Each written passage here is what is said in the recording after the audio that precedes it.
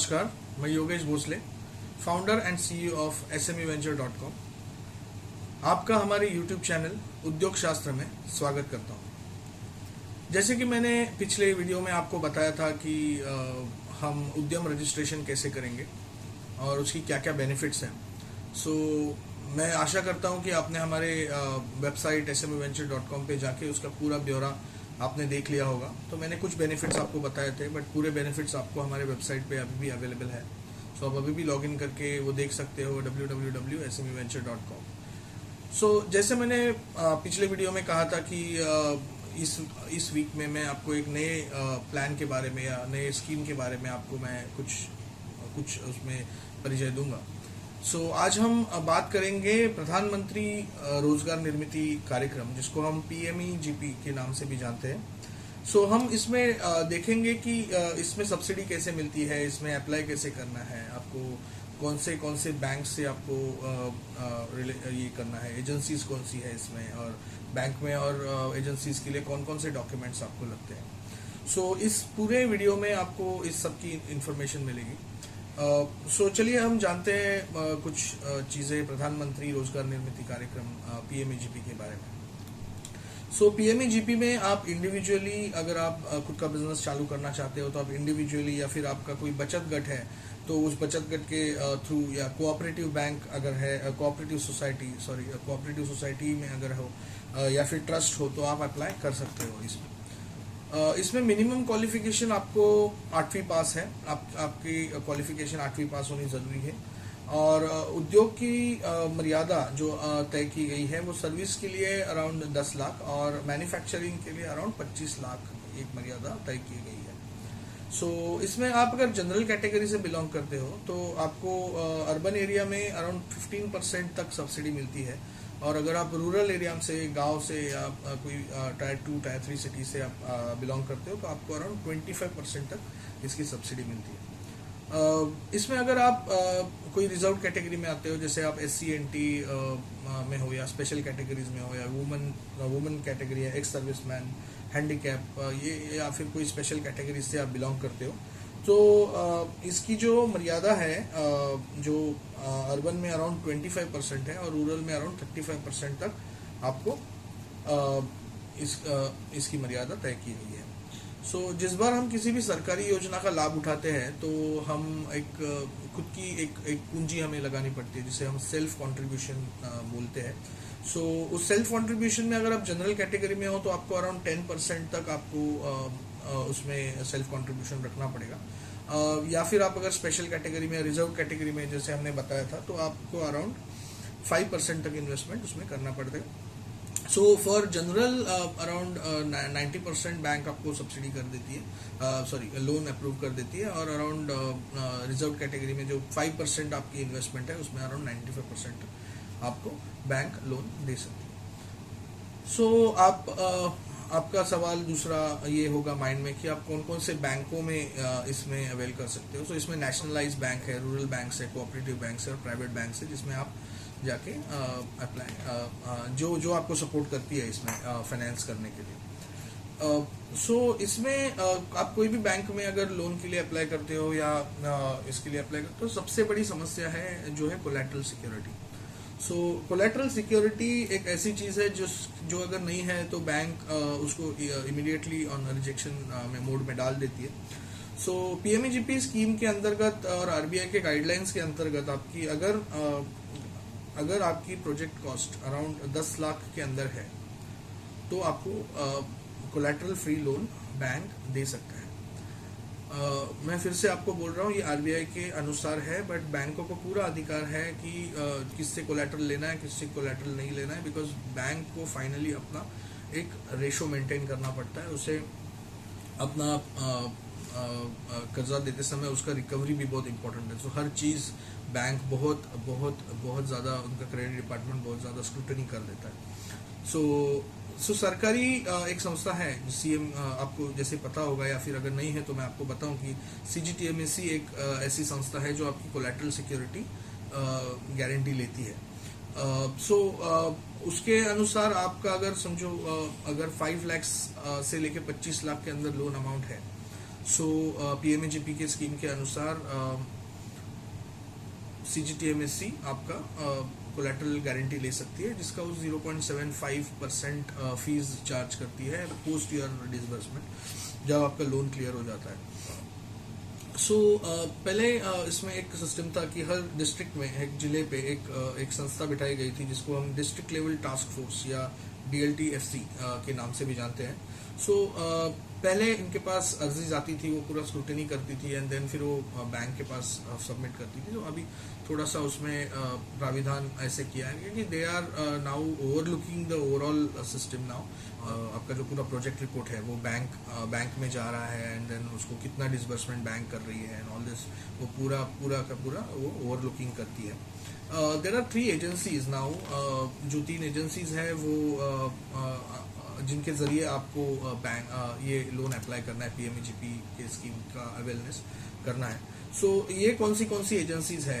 ये एजेंसीज है district industrial centre, जो DIC के नाम से जाना जाता है, या फिर Khadi and village industrial board KVIC, और Khadi and village industrial commission. So अगर आपको PMAGP की योजना का लाभ उठाना है तो ये तीनों एजेंसीज के में से कोई भी एजेंसीज के पास आप के थ्रू आप अप्लाई कर सकते हो। ये सब ऑनलाइन प्रोसेस होता है। सो ये संस्था आपके पूरे डॉक्यूमेंटेशन चेक करती है, आपके पूरे डॉक्यूमेंटेशन को वेरीफाई करती है। अगर आपका डॉक्यूमेंटेशन राइट है, सब एक्यूरेट है, तो वो 3 वीक्स के अंदर उसको बैंक में वो सबमिट करना पड़ता है। अब ये सबमिट करते समय बैंक को वो रिकमेंडेशन भी देता है। तो मैं फिर से एक बार बोल रहा हूँ, they are only the agencies who are recommending that particular project, but वो प्रोजेक्ट को फिर से स्क्रूटिनी करने के लिए पूरी उनके प्रोसेस में जाने के लिए बैंक को पूरे अधिकार दिए गए कि बैंक उसको रिजेक्ट भी कर सकता है या बैंक उसको पास भी कर सकता है। सो आइए जानते हैं कि इसके बारे में आगे और थोड़ा जानते हैं। तो जैसे ही बैंक के पास जाता है, सो उसके बाद जैसे ही आपका लोन थोड़ा क्लियर हो जाता है, तो उसके बाद हमें एक क्लियरिंग एजेंसीज जो है, ये जो तीनों एजेंसीज है जिनके थ्रू ये बैंक में जाता है, जब ये बैंक को लोन क्लियर कर देता है तो आपको एक ये फाइल फिर से एजेंसी के पास आती है। तो अभी आपको वो समय पे आपको एक ट्रेनिंग की ज़रूरत पड़ती है, जिसे आप हम कहते हैं एंटरप्रेन्योरशिप डेवलपमेंट प्रोग्राम, जिसको EDP के नाम से जानते हैं। सो ये ट्रेनिंग आपको पूरी करनी पड़ती है। उसके बाद ये ट्रेनिंग पूरी होने के बाद आपको ये फाइल फिर से आपको एजेंसी में सबमिट करनी पड़ती है। और अगर जब भी बैंक के पास ये फाइल चली जाती है कि आपने ये ट्रेनिंग पूरी कर दी, उसके बाद ही बैंक आपको सैंक्शन लेटर देता है। सो दिस इज ओवरऑल, और आप PMAGP का सब्सिडी अवेल कर सकते हो। सो आइए हम जानते हैं कि PMAGP के स्कीम में अगर आपको अप्लाई करना है तो कौन कौन से डॉक्यूमेंट्स आपको आपके लिए रखने पड़ते हैं। There are 2 types of documents which is required. One is fundamental documents which the agency is required for their own criteria fulfillment and all. और फिर एक दूसरा टाइप ऑफ डॉक्यूमेंटेशन लगेगा जो बैंक के लिए लगेगा। तो आइए जानते हैं कि ये कौन कौन से डॉक्यूमेंट्स हैं जो आपको अप्लाई करने के पहले आपको रेडी करने पड़ेंगे। तो ये वीडियो के अनुसार अगर आप देखते हैं और जानते हैं तो ये डॉक्यूमेंट्स आप पूरी पहले से ही आप प्रिपेयर कर सकते हो एंड देन आप उसको अप्लाई कर सकते हो। सो आपका थोड़ा टाइम बच जाएगा उसमें। सो डॉक्यूमेंट्स है, आपके पासपोर्ट साइज फोटोग्राफ्स लगेंगे, आधार कार्ड है, आपका पैन कार्ड है। अगर आप कोई कास्ट से बिलोंग करते हो तो आपको जैसे मैंने पहले ही बताया कि कास्ट में एक अलग फैसिलिटीज दी गई है, सब्सिडीज भी थोड़ी ज़्यादा मिलती है और आपको इन्वेस्टमेंट भी कम करना पड़ता है। सो अगर आप कास्ट से बिलोंग करते हो कोई कास्ट, तो आप कास्ट सर्टिफिकेट उसमें देना है आपको। आपका educational marksheet is very important, because जैसे मैंने पहले कहा था 8वीं पास होना ज़रूरी है उसके लिए। सो इसके लिए उसको एजुकेशन सर्टिफिकेट देना ज़रूरी है। आपका बर्थ सर्टिफिकेट है, डोमिसाइल सर्टिफिकेट देना है। अगर आप स्पेशल कैटेगरी से बिलोंग करते हो तो स्पेशल कैटेगरी सर्टिफिकेट आपको देना पड़ेगा, अंडरटेकिंग फॉर्म्स देना पड़ेगा और प्रोजेक्ट रिपोर्ट देना पड़ेगा। सो कोई भी आप प्रोजेक्ट बनाते हो तो आप प्रोजेक्ट कंसल्टेंट से या CA से, आपके CA से या प्रोजेक्ट कंसल्टेंट के पास से आपको प्रोजेक्ट रिपोर्ट बना लो। और ये पूरे डॉक्यूमेंट्स आपको रेडी करने के बाद आपको एजेंसी की कोई भी वेबसाइट पे जाके, ये 3 जो वेबसाइट एजेंसीज मैंने आपको पहले बताया था उसमें जाके आपको ये डॉक्यूमेंट्स देनी पड़ती है। सो आइए जानते हैं कि बैंक्स के लिए आपकी कौन कौन सी डॉक्यूमेंट्स ज़रूरी है। सो जैसे एजेंसी ने ये सब डॉक्यूमेंट्स वेरीफाई कर दिए तो ये 3 वीक के अंदर बैंक के पास जाता है with recommendation letter. So bank के लिए आपको लगेंगे लास्ट 3 साल के आपके इनकम टैक्स रिटर्न्स, आपका उद्यम रजिस्ट्रेशन नंबर नाउ या शॉप एक्ट है।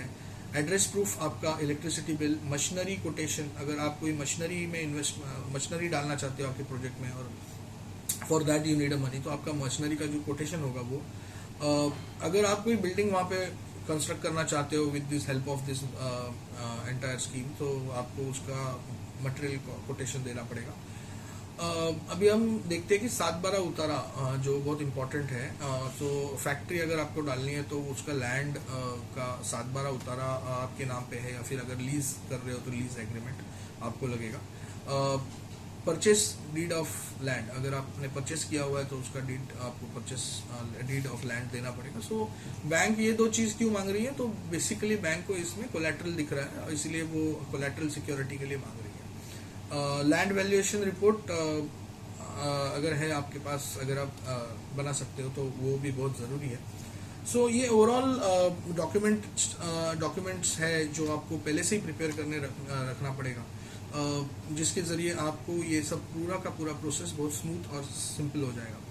सो जैसे मैंने आपको पहले भी बताया था कि ईडीपी ट्रेनिंग करनी पड़ती है, जैसे आपका एजेंसी से बैंक से आपका लोन ओके हो जाता है तो आपको एक ईडीपी ट्रेनिंग करनी पड़ती है। सो ये ईडीपी ट्रेनिंग आपको कितने दिन करनी है, तो अगर आपका प्रोजेक्ट कॉस्ट अराउंड 10 लाख है तो आपको 6 दिन, और अगर 10 लाख के ऊपर है तो आपको 10 दिन तक ये ट्रेनिंग करनी पड़ती है। सो आपकी ये ट्रेनिंग होने के बाद आपको एक सर्टिफिकेट मिलता है, और वो सर्टिफिकेट आपको बैंक में दिखाना पड़ता है। उसके बाद आपको उसका सैंक्शन लेटर देते हैं। अगर आप ये सर्टिफिकेट नहीं दिखा पाते तो बैंक आपको डिसबर्समेंट नहीं करेगी। That's the overall scenario of entire PMAGP project. इसके जरिए और भी आपको जानना है तो आप हमारे वेबसाइट पे जाके smeventure.com पे जाके आप पीएमएजीपी के बारे में पूरी जानकारी ले सकते हो। मैं आपको एक लिंक बताऊंगा, वो लिंक पे जाने के वो लिंक जो है वो आपको पूरी इन्फॉर्मेशन देगी आपकी ईडीपी ट्रेनिंग के बारे में, जो है www.kyiconline.gov.in/PMEGP portal/EDP। सो ये पूरा डिस्क्रिप्शन बॉक्स में आपको उसका लिंक भी मिल जाएगा। सो आप उस पर जाके आपके ईडीपी ट्रेनिंग की पूरी इन्फॉर्मेशन ले सकते हो। सो अगर ये पूरा ब्यौरा हमने पीएमएजीपी के लिए आपके लिए बनाया हुआ है, प्रधानमंत्री योजना है।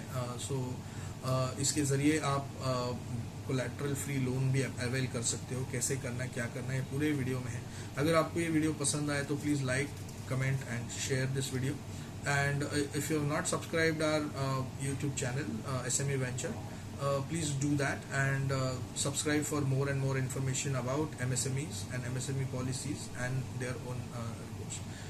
Thank you very much.